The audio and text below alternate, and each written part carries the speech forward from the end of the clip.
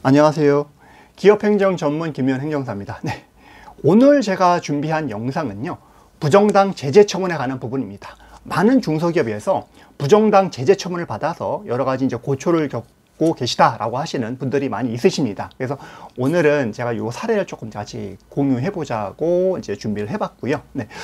이 고객께서는 당초에 먼저 변호사 사무실에 가셔가지고 부정당 제재 처분에 관한 부분에 대해서 이제 행정소송 관련해서 좀 얘기를 하셨다고 합니다. 네, 그래서 변호사 사무실에서는 조금 이제 어려운 케이스고 장담할 수 없는 사안이고, 그래서 진행을 하되 보수는 변호사 보수는 한 770만 원 정도 들어간다라고 이제 안내를 받았다고 하시더라고요. 그래서 일단은 행정에 관한 부분들은 이제 변호사들도 소송을 하지만 행정사들도 이제 여러 가지 행정 전문을 하고 있고 행정심판도 전문을 하고 있기 때문에 한 번쯤 얘기 좀 들어보자 라는 취지에서 이제 방문을 하셨고요. 그래서 말씀을 듣고 일단은 행정심판을 해보자 라는 취지로 해서 저희 사무실에서 행정심판을 진행하시게 됐고, 결국에는 최종적으로 인용 재결을 받아서 더 이상 소송을 가지 않고 이제 원만하게 이제 잘 마무리가 된 그런 사안이라고 이제 보시면 될 것 같습니다. 네. 많은 분들이 부정당 제재 처분하면 명백한 계약 위반을 떠올리실 겁니다. 네. 하지만 실상은 그렇지 않은 경우가 훨씬 많습니다. 네. 그래서 계약 내용에 대한 오해라든가 그때 업무 처리 과정에서 어떤 여러 가지 불명확성이라든가 심지어는 행정기관의 어떤 법령 해석을 확장한다든가 좀 잘못 해석한다든가 이런 부분들, 서로 간에 오해가 있는 부분들, 이런 부분들로 인해서 부당하거나 좀 위법한 처분이 발생하는 경우가 비일비재합니다. 네. 많은 부분이 업체 자체에서 관련된 협약서라든가 어떤 규정이라든가 계약을 명백하게 위반되는 케이스도 많아서 그런 부분들은 어려운 부분은 사실상 있습니다. 그러나 그렇지 않은 경우도 있기 때문에 이런 부분에 대해서는 꼼꼼하게 검토를 해보고 진행하시게 되면 행정심판에서도 충분하게 승산이 있다라는 부분들을 오늘 좀 얘기 좀 해보려고 합니다. 이번 사건 같은 경우에도 저희 의뢰인 케이스죠. 이 부분에서는 이제 공공하수처리시설의 관리 대행업을 이제 하셨습니다. 그래서 수질 검사를 해야 되는데 자체 실험소에서 이제 어떤 이제 규약에서는 정도 관리를 받은 어떤 제3기관이라든가 자체 실험실에서 이제 해야 되는데 이런 부분에 대해서 규약을 위반했다. 그래서 이런 이유로 해서 부정당 제재 1개 처분을 받았습니다. 그래서 겉으로 보면 어떤 단순한 계약 위반처럼 이제 보일 수 있는 사안이었지만 이제 저희는 조금 이제 달리 좀 생각을 해봤고요.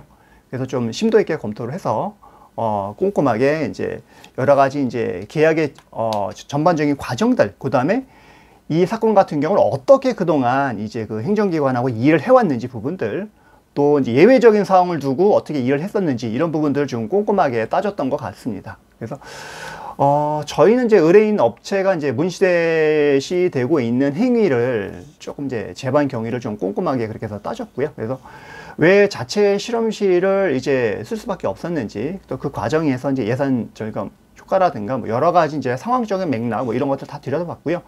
그 다음에 협약의 내용에 대해서 조금 전반적으로 봤고, 그 다음에 관련해서 이제 환경부 여러 가지 지침 같은 것도 꼼꼼하게 이제 따져서 봐서 이제 했었던 그런 사안들입니다. 다만 그런 규약의 내용이 조금 이제 해석의 여지가 있는 부분들, 좀 어떤 부분들은 규약의 내용이 부분에 대해서는 좀 추상적인 부분도 있었었고요. 이제 그런 부분들을 조금 명확하게 해석하는 부분들도 필요하지 않았을까라고 생각을 해서 좀 꼼꼼하게 했었던 그런 사안이라고 이제 생각을 합니다. 가장 중요했었던 거는 단순히 주장만 하는 것이 아니라 저희가 이 업무를 이제 진행을 하면서 저희가 이제 고객에 관련된 사항이기 때문에 꼼꼼하게 모든 디테일 내용을 어떤 사실관계는 제가 밝혀드릴 수는 없지만 그 실무적인 부분들을 오늘 조금 얘기를 하려고 합니다. 어떻게 해서 그 과정을 통해서 어떤 절차를 해가지고 저희가 이제 인용 재결을 받았는지, 그 다음에 행정심판이라도 이제 대부분 이렇게 생각하시는 분들이 많아서 행정심판은 잘 안 돼. 그건 해봤자 행정기관 편이지. 이렇게 생각하시는데 그렇지 않다는 부분들을 좀 설명드리려고 합니다.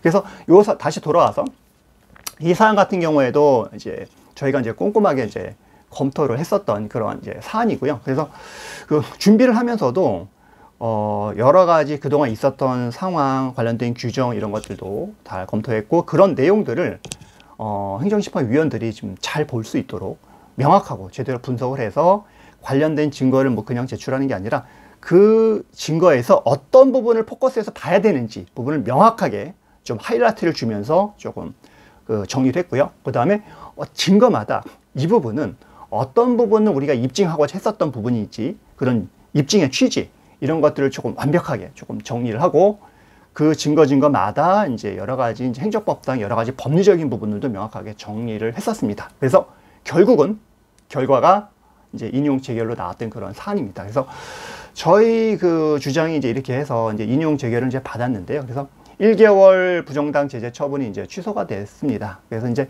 이 부분은 제가 보기엔 그 법을 저희가 뭐 단순히 잘 알아서 그런 부분이 아니라 사건의 어떤 전반적인 어떤 재반 사정에 대해서 조금 깊이 이해하려고 노력을 했고, 그 다음에 이를 뒷받침하는 여러 가지 증거를 좀 치밀하게 준비를 했었던 부분들, 이런 부분들이 좋은 결과를 이끌어내지 않았을까라고 이제 생각을 합니다. 그래서 이런 과정을 통해서 앞서서 이제 얘기한 것처럼 반드시 행정 처분에 대해서는 행정소송이 능사가 아니다. 행정심판이라도 들어갔을 때는 충분하게 뭔가 승산이 될 수 있는 싸움이 될 수 있는 부분인 거고, 행정심판을 처음부터 진행하는 부분이 기업 입장에서는 득이 될 수 있는 부분들이 많다는 부분들을 오늘 양쪽을 좀 비교하면서 설명을 하려고 합니다. 그래서 그 행정심판과 행정소송의 좀 차이점 부분에 대해서 조금 설명을 좀 드리겠습니다. 네. 이제 시간적인 관점에서 먼저 볼게요.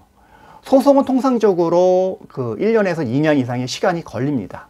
근데 행정심판은 실무적으로 봤을 땐 2개월에서 3개월 정도면 이제 끝날 수 있고요. 서면 심리를 집중적으로 이제 해서 공방을 하는 그러한 절차라고 보시면 될 것 같습니다. 그래서 기업 입장에서는, 기업은 어떤 부담이나 어떤 그 부당 행정 처분이 있으면 이 내용에 대해서 빨리 신속하게 정리하는 것이, 기업의 리스크를 빨리 해소하는 것이 굉장히 좀 중요하다고 생각을 합니다. 불안한 상태에서 뭔가 사업을 영위한다는 것은 조금 기업 입장에서는 굉장히 좀 부담스러운 일이 아닐까라고 생각을 합니다. 그래서 행정심판을 통해서 해결하시는 부분들이 현명한 방법이 아닐까라고 생각을 하고요. 두 번째로는 비용적인 측면입니다. 일단은 행정심판은 별도로 뭐 인지대나 법원처럼 인지대나 송달료가 들어가지 않습니다. 또 진다고 해서 뭐 소송비용 부담 같은 것도 없습니다. 그래서 이런 어떤 차이점이 있다는 부분도 좀 이해를 하시면서 좀 진행하시는 게 어떨까라고 생각을 하고요. 그리고 또 하나는 판단 범위에 대한 부분입니다.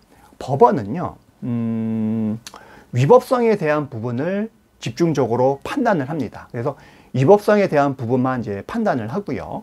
행정심판 같은 경우에는 위법성뿐만이 아니라 여러 가지 부당성, 기타 여러 가지 재반 사정까지 폭넓게 심리를 한다는 부분들이 기업의 입장에서는 유리한 부분이 아닐까라고 생각을 합니다.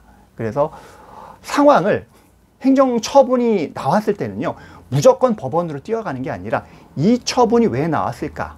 이 처분이 일이게 된 여러 가지 경위, 행정기관과의 여러 가지 어떤 관계들, 공무원과 여러 가지 뭐 알 수 없는 여러 가지 어떤 그런 것들이 있습니다. 그 다음에 행정기관의 어떤 내부의 생리, 이런 것들을 정확하게 알아야지 단순하게 어떤 법원에 가서 모든 것이 해결될 수 있다는 능사라고 생각하시는 분들이 있으면 그거는 하나만 알고 하나는 모르는 그러한 꼴이 될 수가 있습니다. 그래서 행정처분은요, 제가 이제 행정사로서 수많은 행정기관의 담당자, 공무원과 여러 가지 행정기관을 봤을 때는 법원에서 해결하지 못하는 여러 가지 알 수 없는 그런 여러 가지 과정들이 있어서 발생된 부분이기 때문에 중요한 부분은 행정심판을 진행을 하되 그 전에 먼저 중요한 부분들은 행정처분이 나오기 전에 행정기관과의 어떤 문제가 있었는지, 그 다음에 행정공무원들의 여러 가지 개인적인 사정이라든가 뭐 여러 가지 곤란한 사정들, 뭐 이런 거 전반적인 분들 다 살펴보면서 진행하는 것들이 굉장히 중요하다고 저는 생각을 합니다. 그런 다음에 그런 맥락을 이해를 하고 행정심판으로 접근하게 되게 되면 승소할 수 있는 가능성도 굉장히 높아진다라고 저는 생각을 합니다. 네. 다음은 그 정보 확보 차원에서 좀 관점에서 좀 설명을 좀 드릴게요.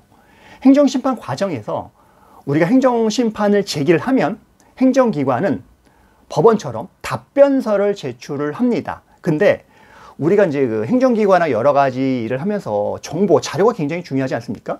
그러면 정보공개 청구라는 걸 우리가 합니다. 그러면 행정기관에서 대부분 본인한테 불리한 것들은 뭐 비공개다, 뭐 이거는 뭐 제공할 수 없다라고 해가지고 비공개 처리를 해서 원하는 정보를 얻지 못하는 경우가 굉장히 많아요. 그래서 비공개 관련해서 또 이의신청을 해야 되는지, 또 이 비공개 처분에 대해서 행정심판을 또 들어가야 되는 고민이 많은데, 행정심판을 제기함으로써 우리가 좀 꼼꼼하게 전략적으로 질문을 던지고 주장을 하게 되게 되면 행정기관에서도 공무원들이 이 부분에 대해서 딱 걸려 들어가지고 답변서에 우리가 원하는 자료를 딱딱딱딱 붙여가지고 제출하는 경우가 있습니다. 그래서 그런 자료들을 저희가 분석을 해서 상대방이 던져준 그 자료를 갖고 우리가 역공을 해서 우리한테 유리한 증거로 만들 수 있는 부분들이 있다. 그래서 행정심판을 하시는 것이 좋은데, 그래서 설사 행정심판에 우리가 이기지 못하는 가정을 한다고 하더라도 이런 자료들이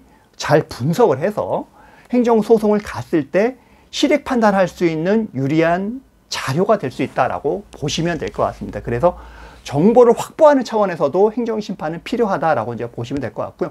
그리고 행정심판을 이렇게 해두면 이 사건이 소송을 가서도 질 사건인지 이길 사건인지 부분에 대해서 분명하게 알 수 있다라고 이제 보시면 될 것 같습니다. 그래서 이러한 여러 가지 이점에서 행정심판을 통해서 하시는 부분들이 굉장히 중요하고요. 그 다음에 행정심판은 뭐가 딱 떨어지면 바로 인용 재결을 하는 경우가 굉장히 많이 있습니다. 그래서 분명하게 뭔가를 이제 정리를 해서 하시면 언제든지 이 부분에 대해서는 어떤 그 가능성을 두고 할 수 있는 부분이다라고 생각하시면 될 것 같고요.